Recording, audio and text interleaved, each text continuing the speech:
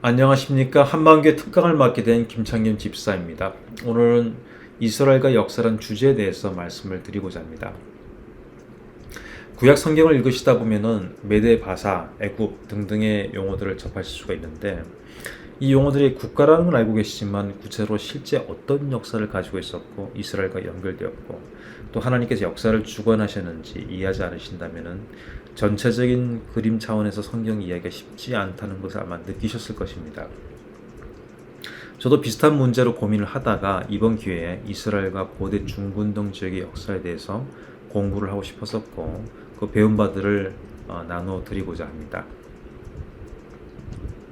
먼저 창조시대, 족장시대, 수메르 문명과 연결지어서 말씀드리겠습니다. 창세기를 보시면 여러 개의 강의 지명들이 나옵니다. 덕분에 에덴 동산이 이라크 남부 지역에 존재했다는 것을 추정할 수가 있습니다. 아담과 하와가 에덴 동산을 쫓겨나고 난 다음에 처음 정착한 때문인지 같은 이라크 남부 지역에 사람들이 거주하기 시작했고 문명사가 건설되었습니다. BC 4000년도부터 건설되기 시작했고 BC 3000년도에는 왕조시대가 열리기 시작했습니다. 우리는 이 문명을 수메르 문명이라고 부르는데 전 세계 최초의 문명이라고도 알려져 있습니다. 비록 굉장히 오래전 옛날 일이지만 그 시대 상황들을 이해하기가 그렇게 어렵지 않은 게 서령 문자라는 그 당시 꼭 독특한 문자가 개발되었고 점토판 형식으로 여전히 많은 출토문들이 나오고 있습니다. 예를 들면은 어떤 학생이 학교에서 선생님한테 매를 맞았는데 우리 아빠가 뇌물을 주지 않아서 그렇다라고 컴플레인한 내용이 점토판에 기록되어 있을 정도로 작으면서도 큰 여러 가지 문제들이 역사적으로 많이 알려져 있다고 보시면 되겠습니다. 이 수메르 문명은 크게 4단계의 그 왕국들이 지배하게 되었는데 처음에는 우르크라는 도시 국가에서 그 지역을 장악하기 시작했었고 그 다음에 아카드 왕족, 우르사 왕족 그리고 맨 마지막 구바빌로니아가 그 지역을 통일하고 지배를 하게 되었습니다. 창세기에는 아브라함이 갈대우르에서 나와서 가나안 지역으로 이동했다고 나와 있습니다. 여기서 성경에 나와 있는 우르가 수메르 문명의 큰 도시국가 중에 하나인 우르라는 것을 알 수가 있습니다. 출애굽 시대에 대해서 말씀드리겠습니다. 야곱이 12명의 아들들과 함께 가나안 땅에서 이집트에 정착한 곳이 고센 땅이라고 성경에 나와 있습니다. 이집트는 굉장히 역사가 오래된 나라죠. 고왕국, 중왕국, 신왕국으로 크게 구분할 수가 있는데 당시 이스라엘 백성이 이집트에 정착하셨을 때는 굉장히 큰 변혁기 가운데 있었습니다. 함족계열이 지배하던 이집트가 그 당시 한시적인 시기 동안은 힉소스라는 민족에 의해서 지배를 받던 시기였습니다. 힉소스라는 민족은 셈족 계열로서 이스라엘 백성도 같은 셈족 계열이기 때문에 서로 같은 민족적으로 특별히 거부감이 없던 그런 사람들이었습니다. 덕분에 야곱이 크게 문제없이 이집트 땅에 정착할 수 있었던 것이 그런 이유 때문이 아닌가 하고 성경학자들이 보는 시각 또한 있습니다.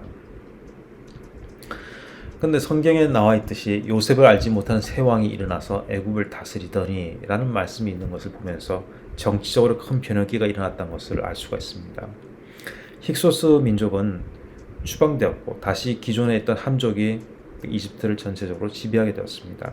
그리고 기존에 힉소스와 같이 생활하던 예를 들면 이스라엘 백성 같은 셈족계의 사람들은 노예가 되었었고 이제 다시 한번 그 기존처럼 함족의 지배하에서 어려운 생활을 할 수밖에 없었던 상황이었습니다. 그래서 그 남아있던 셈족계열 특히 이스라엘 민족들은 신전 보수, 궁전 재건 등등의 노역을 하면서 생활을 할 수밖에 없는 상황들이 되었습니다. 새로운 왕조가 들어왔을 때 유명한 치세를 보였던 왕이 람세스 2세라고들 합니다. 람세스 2세는 북방의 강자인 히타트 제국과 전쟁을 하고 이집트를 부강하게 만든 유능한 왕이라고들 합니다.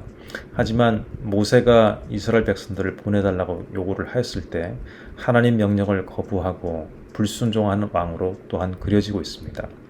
람세스 2세가 모세와 같이 단판을 지었던 그 왕이었는지는 정확하지는 않습니다만 역사학자들은 성경에서 나오는 그 바로가 람세스 2세일 가능성이 높다고 얘기하는 사람들이 많습니다. 결국 이스라엘 백성들은 모세의 인도하에 시내 반도를 통과하여서 가나안 땅으로 이동을 하게 됩니다. 40년 동안 많은 고생을 하면서 이 가나안 정복을 바라보게 된 것이죠. 40년간의 광야 생활을 마치고 이스라엘 백성들은 가나안을 정복하고 사사시대를 거쳐 통일왕국 시대를 이룩하게 됩니다. 가나안을 정복하기 전에는 가나안 지역에 이미 여러 민족들이 많이 정착하고 있었습니다. 그 중에서 역사적으로 보면 의미 있는 그 세력들이 이탈리아와 그리스에서 온 해양 민족들이라고 말씀드릴 수가 있습니다. 그들이 세운 그 민족들이 페니키아와 블레셋 족속이 될 수가 있는데 그다음 상당히 높은 문명 수준을 가지고 있는 사람들이었습니다. 그 사람들이 쓰던 그 문자가 현재 지금 우리가 쓰고 있는 영어 알파벳의 원조가 되었습니다. 그리고 다윗이 통일 왕국을 세웠을 때는 현재 시리아 지역까지 차지할 정도로 가장 큰 영토 판도를 가지고 있는 번영기를 누리게 됩니다. 하지만 이런 번영기를 거쳐 솔로몬 왕국을 마치고 솔로몬 아들 때에는 두 개의 나라로 갈라지게 됩니다. 북이스라엘과 남유다로 갈라지게 된 것이죠. 그때 분열 왕국 시대에는 동쪽에 아시리아가 성장하고 있었습니다. 이 아시리아는 수메르 문명 당시에는 상당히 작은 부족 국가 중에 하나였습니다만 이 당시에 이르러서는 큰 제국으로 성장하고 있는 중이었습니다. 아시리아는 피지 민족들을 야만과 공포, 혼합과 이주 등의 방식으로 아주 억압적으로 다뤘던 것으로 유명한 그런 제국입니다. 하지만 북이스라엘이 멸망하게 된 가장 근본적인 원인은 여로보암의 죄를 이스라엘을 떠나지 않고 하나님 앞에 범죄한 이유라고 성경은 명확하게 말씀을 하고 계십니다.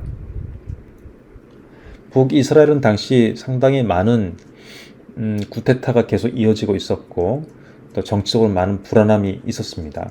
그런 와중에 아시리아의 샬마네사르 5세가 사마리 성을 포위하고 멸망을 하게 됩니다. 북이스라엘이 멸망하고 난 한 21년 이후 아시리아의 센나케리프 산헤립 왕이라고 성경에 나와 있죠. 유다를 침공하게 됩니다.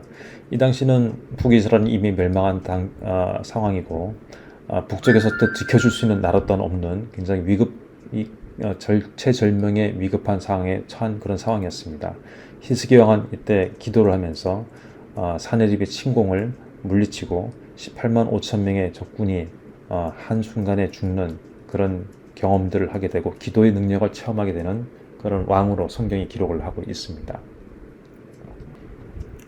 히스기야 왕이 산헤립 왕을 물리치고 나라를 지킬 수 있었지만 결국은 얼마 지나지 않아서 남유다도 새로 신흥 강국으로 떠오르는 바빌로니아에서 멸망을 당하게 됩니다. 아시리아 제국은 북이스라엘을 멸망시키면서 북이스라엘의 죄를 징계하는 하나님의 도구로 사용이 되었습니다만 결국 본인들도 멸망을 당하게 되는 운명을 맞이하게 됩니다. 아시리아의 지방 중에 두 군데였던 메디아와 바벨론이 연합군을 조직하게 되고 아시리아를 공격하게 됩니다. 여기서 나오는 바벨론은 수메르 문명 당시 있었던 바빌로니아와는 다른 그런 제국이라 볼 수가 있습니다. 그 당시의 바빌론을 구바빌론이라고 한다면은 새로 신흥국으로 나오게 되는 이 바빌로니아를 신바빌로니아라고 역사에서 얘기를 하고 있습니다. 메디아 지역은 아시아의 동쪽에 있었던 나라였었는데 이 아시아 지방에 속하던 바빌로니아와 함께 힘을 합쳐서 아시아를 공격을 하게 됩니다.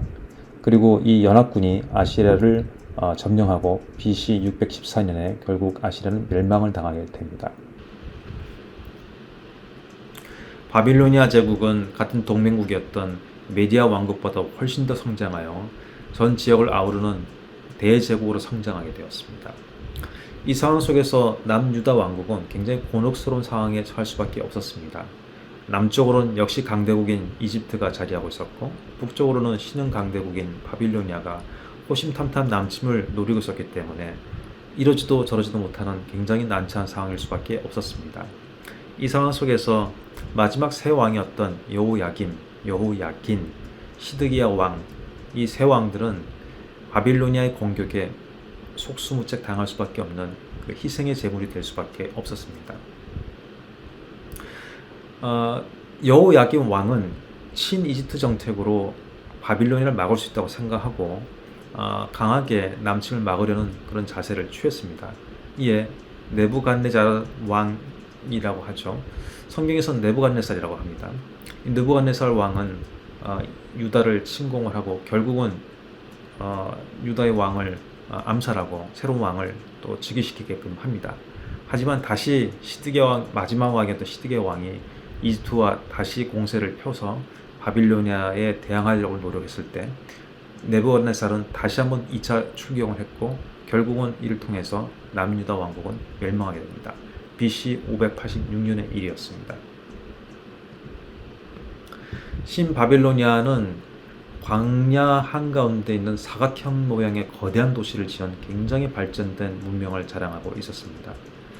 세계 7대 불가사 중에 하나라고 얘기하는 느부갓네살은 본인의 아내를 위해서 공중정원이라고 합니다. 하늘에 떠오른 정원처럼 보인다고 할 정도로 높은 빌딩에 정원을 만들어 놓을 정도의 큰 문명과 부를 자랑하였습니다.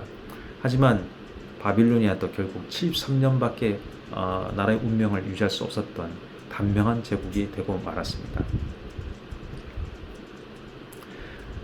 바빌로니아 제국이 멸망하고 새로 신흥 강자로 떠오르게 되는 페르시아에 의해서 이스라엘 백성들이 어떤 운명과 환경에 처하게 되는지를 말씀드리겠습니다. 바빌로니아 제국에 의해서 유다가 망한 다음에 세 번에 걸쳐서 많은 유다의 백성들이 바빌로니아로 끌려갔습니다. 3차 바벨론 유수라는 말들이 거기서 나오게 된 것입니다.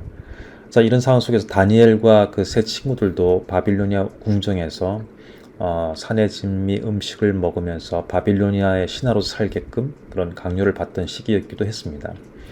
이렇게 강성함을 자랑하던 바빌로니아도 결국 73년 만에 멸망을 당하게 되는데 참 재밌는 것이 메디아와 바빌로니아가 합세하여 연합군을 조직하여서 그 전에 있던 아시리아를 멸망시켰었습니다. 하지만 이제는 상황이 바뀌어서 그 메디아의 속국이었던 아주 작은 지방에 하나밖에 되지 않았던 페르시아라는 나라에서 페르시아가 결국은 메디아를 장악하게 됩니다. 메디아와 페르시아가 결국 합세하여 바빌로니아를 멸망시키게 됩니다. 성경에 메대와 바사라고 얘기하는 것이 바로 이 두 개의 제국을 얘기합니다. 메대가 결국 메디아고 페르시아가 바사인데 이 메대와 바사 제국 두 제국이 바빌로니아를 멸망시키게 된 것입니다. 이때 성경에서 굉장히 유명한 사람이 나오죠. 고레스라는 왕이 나옵니다. 고레스라는 왕은 바빌로니아에 잡혀있던 유다 백성들을 풀어주고 다시 귀환시킬 수 있도록 명령을 내린 사람이고 역사적으로도 그렇고 성경적으로 그렇고 상당히 굉장히 강력한 영향을 끼쳤던 인물입니다. 역사적으로는 키루스 대제라고 합니다. 이 키루스 대제는 작은 지방 조공국계 하나였던 페르시아를 강력하게 성장시키고 메디아를 접수시키고 바빌론을 결국 멸망시키고 또 터키 지방에 있던 리디아까지 멸망시키면서 대제국으로 페르시아를 성장시키게 됩니다. 그리고 키루스 2세는 상당히 그 당시로서는 인권 선언이라고 할 수 있는 그런 포고문을 발행을 하게 됩니다. 내가 살아있는 한 너희의 전통과 종교를 존중할 것이다. 나는 결코 전쟁으로 통치하지 않을 것이다. 그 누구도 다른 사람을 억압하거나 차별해서도 안 되며 이유 없이 남의 재산을 강탈해서도 안 되며 다른 사람의 자유와 권리를 침해해서도 안 되며 지금 이 대원장은 키루스의 원통이라 불리며 대형 박물관에 현재 소장되어 있습니다. 그리고 성경에는 그와 같은 내용들에 대해서 여러 차례 그 키루스에 대해서 얘기를 하고 있습니다. 여호와께서 바사왕 고레스의 마음을 감동시키시매 그가 온 나라에 공포도 하고 조소도 내려 이르되 바사왕 고레스는 말하노니 하늘의 하나님 여호와께서 세상 모든 나라를 내게 주셨고 나에게 명령하사 유다 예루살렘의 성전을 건축하라. 이스라엘의 하나님은 참 신이시라. 라고 공포한 내용까지 성경에서는 기록을 하고 있습니다. 여기 보시는 것 같이 페르시아는 그 전에 있었던 아시리아, 신바빌로니아 등의 모든 제국보다 훨씬 큰 영토를 차지하는 대제국으로 성장을 하게 됩니다.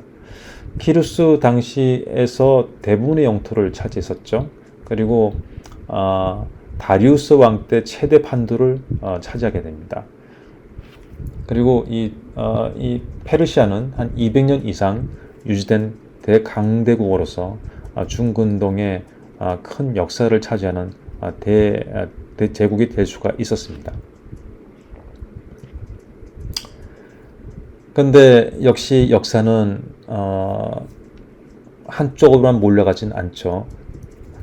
강함이 있을 때는 결국은 약함이 있게 되고 또 멸망의 날이 다가오게 됩니다. 그 유명한 페르시아와 그리스의 전쟁이 일어나게 됩니다. 다리우스 왕이 성경에는 다리오 왕이라고 되어 있습니다. 그리고 다리오 왕의 아들인 아하수레 왕, 그러니까 성경은 아하수에로 왕이고 또 에스더 왕비의 남편이기도 합니다. 역사적으로는 크세르크세스 왕이라고 합니다. 자, 이 왕이 이 그리스를 보니 너무 말도 안 되는 조그만 나라들이 이 페르시아 대제국을 아주 귀찮게 하는 것들을 보고 참을 수 없어서 결국은 대군대를 보내고 그리스를 침공을 합니다. 하지만 그리스에서는 영화 300에서 보셨던 것 같이 스파르타 왕인 레오디나스가 300명의 군인을 이끌고 실제로는 뭐 몇천 명이었다고 얘기를 합니다만 이 그리스와의 전쟁에 맞서게 되고 결국은 아테네가 살라미스 해전에서 이 페르시아를 대패시키게 됩니다. 페르시아는 대군을 동원해서 그리스를 충분히 이길 수 있을 거라 생각하고 자신하고 공격을 했습니다만 큰 피해를 맛보고 또 큰 체면을 잃는 그런 악수를 둔 결과가 되고 말았습니다. 자, 이제 중간기에 대해서 말씀을 드리겠습니다. 헬라 제국이 어떻게 성장하고 또 페르시아에 영향을 끼치게 되는지를 말씀드리겠습니다. 그리스 사람들 입장에서는 페르시아가 불구대천의 원수였습니다. 몇 차례에 걸쳐서 페르시아가 공격을 했었고 그로 인해서 그리스는 수없이 많은 피해를 입게 되었습니다. 이 자료에 나와 있지는 않습니다만 페르시아 전쟁이 끝나고 난 다음에 유명한 전쟁이 그리스 내에서 벌어지게 되죠. 아테네와 스파르타가 이 그리스 내에서 누가 강자인지를 가리는 그 전쟁이 벌어지게 된 것입니다. 유명한 펠로폰네소스 전쟁입니다. 하지만 이 전쟁을 통해서 아테네나 스파르타나 확실한 우위를 점하지 못하고 서로 두들겨 맞으면서 그로기 상태로 빠지게 됩니다. 이때 예상하지 못했던 일들이 그리스 내에서 벌어지게 됩니다. 마케도니아는 그리스에서도 변방에 속하는 시골에 속하는 그런 작은 나라였습니다만 왕정 체제를 유지하고 있고 다른 그리스들처럼 민주 정체와는 전혀 다른 정치 체제를 가지고 있었던 나라였습니다. 여기서 필리페 왕이라는 이 왕이 나타나서 마케도니아를 강하게 만들고 결국은 거의 그리스를 통일하게 됩니다. 그 필리페 왕의 아들이 그 유명한 알렉산더 대제죠. 알렉산더 대제는 그 불구대천의 원수였던 페르시아를 어떻게든 멸망시키겠다는 그런 강한 의지를 갖게 됩니다. 페르시아가 200년 동안 강대국으로서 성장하고 또 전 세계를 통일하고 큰 호통을 치는 그런 위치에 있었습니다만 결국은 알렉산더에서 그 멸망을 당하게 됩니다. 알렉산더는 많지도 않은 이 그리스 군대를 거느리고 짧은 시간 내에 이 페르시아 전체를 휘젓고 다닙니다. 그리고 인도까지 가면서 전 지역을 통일해 버리고 맙니다. 너무나 짧은 시간 안에 이뤄진 일이기 때문에 성경에서는 표범의 왕국이라고 표별을 할 정도로 알렉산더 제국이 큰 성장을 겪게 됩니다. 하지만 알렉산더 대제가 인도 원정을 마치고 돌아온 와중에 병으로 죽게 되고 그 4명의 장군들이 나라를 가르게 되고 명확한 후계자 없이 알렉산더 대제는 분해가 되고 맙니다. 유다의 입장을 보게 되면은 이 4개의 왕국 북으로 갈라진 헬라 제국들 중에서 북쪽에는 시리아 안티고노스 왕국이라 하고 남쪽으로는 프톨레마이오스 왕국 이집트 사이에 낀 상태에서 또 다른 어려움을 또 겪게 됩니다.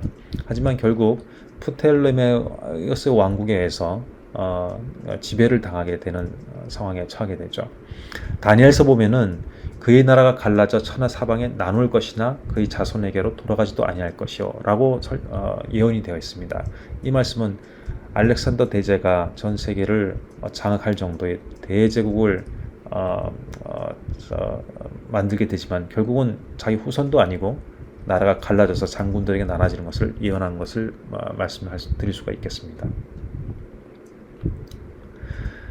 자, 이 시기는 굉장히 이스라엘 역사 가운데 굉장히 암울한 시기였습니다.